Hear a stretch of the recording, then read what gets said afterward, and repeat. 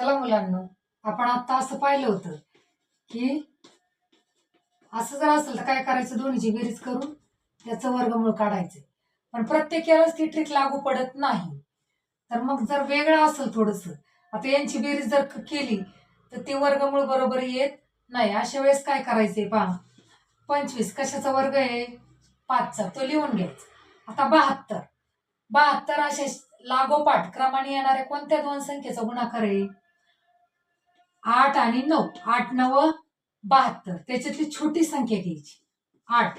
हेच आपलं उत्तर आहे. 85चं वर्ग 7225 किंवा 7225चं वर्गमूळ काय झालं? 85. इथंही तसंच आहे. हे 5 लिहून घ्यायचे. आता 2 लागोपाठ येणाऱ्या कोणत्या दोन संख्येचा गुणाकार आहे? 1 आणि 2. 1 आणि 2चा गुणाकार 2 येतो. यातली लहान संख्या कोणती आहे? तीच घ्यायची. 15. 15चा वर्ग 225. तुमच्या पाठ आहे म्हणजे ही ट्रिक इथं लागू पडली. इथं काय झालं?